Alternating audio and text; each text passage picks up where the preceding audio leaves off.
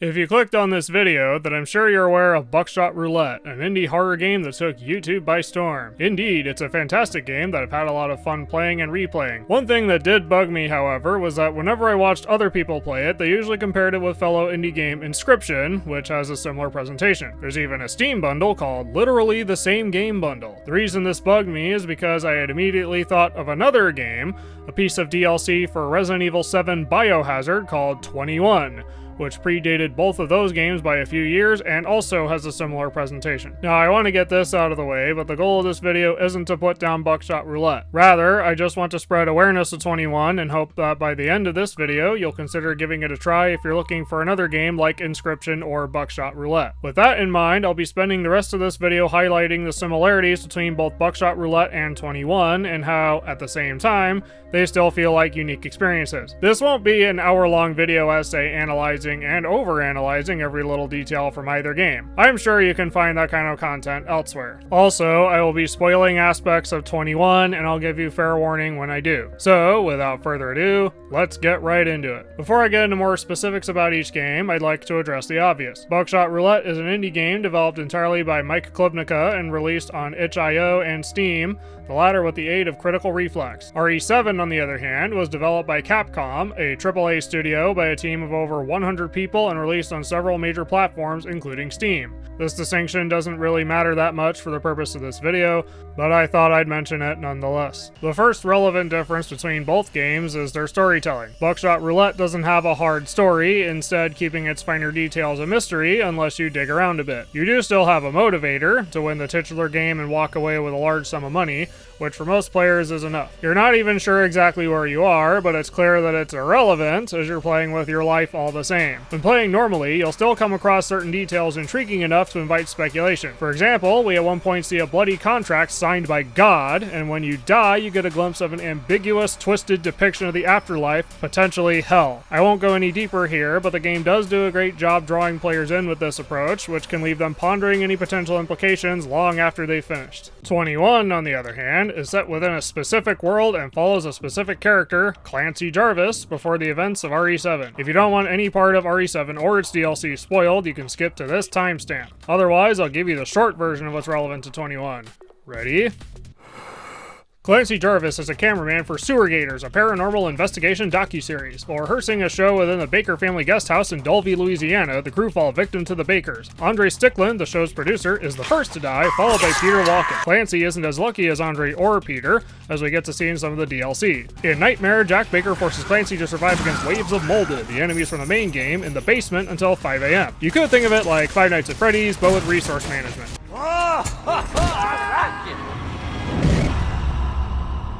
Although Clancy survives, his reprieve is short-lived, as Marguerite Baker captures and imprisons him in the master bedroom, which he must escape without her noticing. Unfortunately, Clancy doesn't get the true freedom he seeks and is instead captured once more by Lucas Baker, which brings us to 21. And the real spoilers if you still want to skip ahead. While partially bound, Clancy must survive a sadistic card game while playing against Hoffman, another of Lucas's victims. As Clancy gains the upper hand, Hoffman dies, leading Lucas to taunt Clancy by continuing the game while puppeteering Hoffman's body. Lucas resorts to increasingly desperate measures until Clancy outsmarts him, only for Hoffman to regain consciousness at the last moment and die for real before Clancy dies. Clancy's hope for freedom is once again snuffed out when Lucas proposes one more game, hinting at Clancy's tragic fate in the happy birthday tape. What I personally think 21 does well with its added specificity is that, despite its short length, Hoffman and Clancy have just enough character and development that you can get attached to them and still find Lucas's treatment of them cruel. When playing through for the first time, the DLC plays with your emotions and expectations to the point that while you might see the final twist coming, it's still shocking when it happens. It also helps that Lucas is a very effective antagonist, a man who finds sadistic pleasure out of torturing several victims, even treating each instance like a game or some experiment. This really goes to show just how effective good character writing can be when drawing the player in and keeping them on the edge of their seat.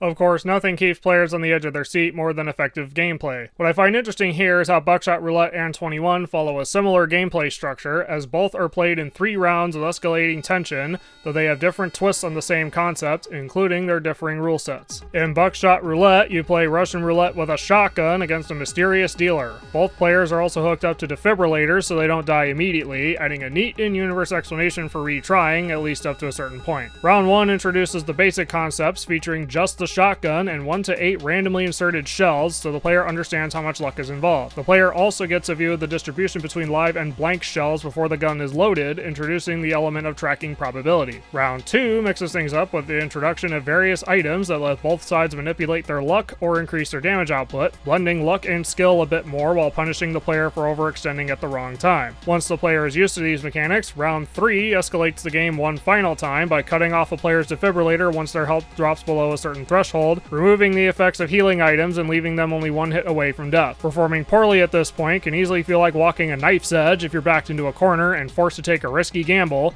which makes the experience a little more thrilling and your loss feel greater. I will say that I really like the dynamic introduced with the items. Apart from manipulating your luck, you can also get an idea of how your opponent's turn might play out based on the items in front of them, which can influence how you use your own items. Plus, if you manage to empty the shotgun on your turn, including by dealing damage, you can take an extra turn since you'll always go first and gain additional items on top of that. However, it's still up to you to track what shells are left in some way. Personally, I use Markiplier's method, which makes playing the actual game much easier than using a spreadsheet. In 21, you play a game of, well, 21, against another victim while another party, presumably Lucas, deals from afar. Unlike the standard variant, however, both players share a deck of cards numbered 1 through 11 with no face cards, while hooked up to different contraptions straight out of Saw. Round 1 features the basic rules of the game and has both players betting the fingers of their bound hand. This short round also establishes that the bet for each hand of cards starts at 1 unit and increases by 1 each time. In this case, betting 1 finger on the first hand, 2 on the second, etc. Once you've gotten used to the core loop, round 2 introduces trump cards that let the player manipulate the odds in their favor through various effects like drawing specific cards, increasing the opponent's bet, or returning the last card that either player drew to the deck. The penalty this time also involves betting increasingly deadly jolts of electricity that run through the player's bound hand. Round 3 is where 21 escalates one more time with the final contraption, lovingly nicknamed Mr. Saw, while having both players bet on the distance left between them and the saw blade. Unlike Buckshot Roulette, however, this round is semi-scripted with a specific solution, so if you'd like to experience it for yourself, skip to this timestamp now. At the start of round 3, Clancy receives the Love Your Enemy trump card, which gives the opponent the best possible card in the deck. This seems useless and detrimental until Lucas cheats by using trump cards that grant him a perfect 21 while preventing Clancy from drawing any cards, even by trump card,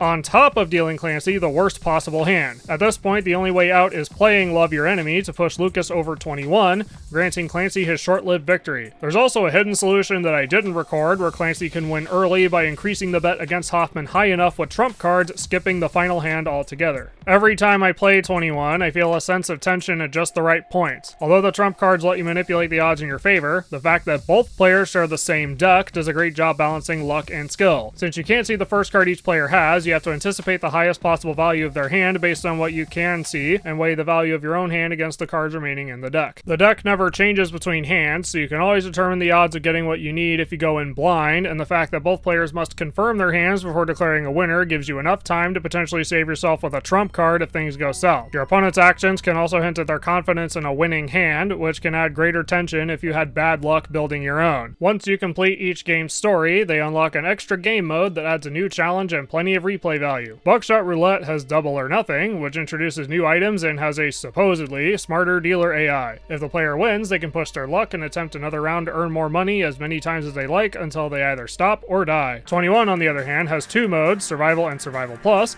both of which introduce new trump cards and let the player unlock even more for completing certain challenges. Survival retains the finger betting system from round 1 and tasks Clancy with defeating 5 variations of Hoffman, each with their own unique strategies to keep players on their toes. Survival Plus is similar, but uses the shock betting system from round 2 and ups the goal to defeating 10 Hoffman variants, each with a tougher AI that can make you quickly burn through your trump cards to stay alive. Although Survival Plus feels a bit slower due to the inherently longer rounds, it still maintains the tense atmosphere from Survival by asking you to outsmart genuinely tough opponents. Of course, both games also have a unique visual style. Mike Klubnica stuck to his strengths of Buckshot Roulette, creating a gritty and industrial atmosphere with PS1 style graphics. The blocky look of some of the items fits the harsh look of this style, and although the game uses shadows to its advantage, creating an air of mystery, the table is still lit well enough so you can see everything. Whatever you do though, never place the beer can on the right side or else you'll obscure your remaining health. As for RE7, it was the first game to use Capcom's RE engine, that's Reach for the Moon, not Resident Evil, which allows for more realistic visuals while maintaining a stylized art direction. As you can see in this footage of 21, this engine produces some incredible results to take advantage of realistic lighting for dramatic effects, though Lucas evidently lit the place well enough that you can still see everything just fine. After all, Clancy couldn't provide good entertainment otherwise. The environment of the game space looks very used and lived in, highlighting and elevating the horror atmosphere in a way that doesn't break the player's immersion. Keeping Hoffman's face a mystery also plays into how you're playing against an innocent man, so his exact identity isn't necessary. The last thing I'd like to quickly point out is how both games use audio to their full advantage while taking very different approaches. Buckshot Roulette feels brutal with its lack of voice acting, opting instead for muffled sounds, its stylized sound effects, and eerie electronic score.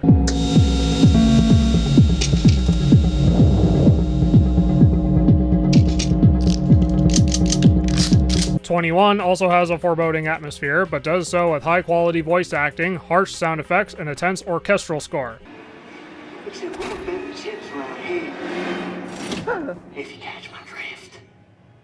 Neither approach is inherently better, but they both display how well either developer plays into their strengths. Now, it would be irresponsible if I didn't admit that where we see the biggest difference is the barrier to entry. Buckshot Roulette is much easier for someone to try out, as it only costs $3 on both Steam and itch.io. 21, however, requires buying RE7, which currently costs $20 digitally, and then buying the Banned Footage Volume 2 DLC, which normally costs $15. At that point, I would personally recommend getting RE7 Gold Edition, which normally costs $40, as you'll also get a bit more bang for your buck and have access to what I sincerely believe is one of the best survival horror games ever made. As an added bonus, both the base game and some of the DLC, including 21, are fully playable in VR, which adds a whole new dimension of tension. If $40 sounds like a lot, then feel free to wait for a sale.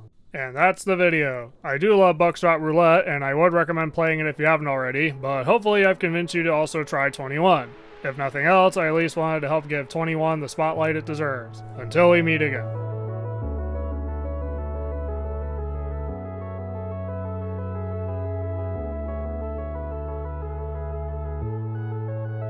I never know what to say with these. Have a phaserific day!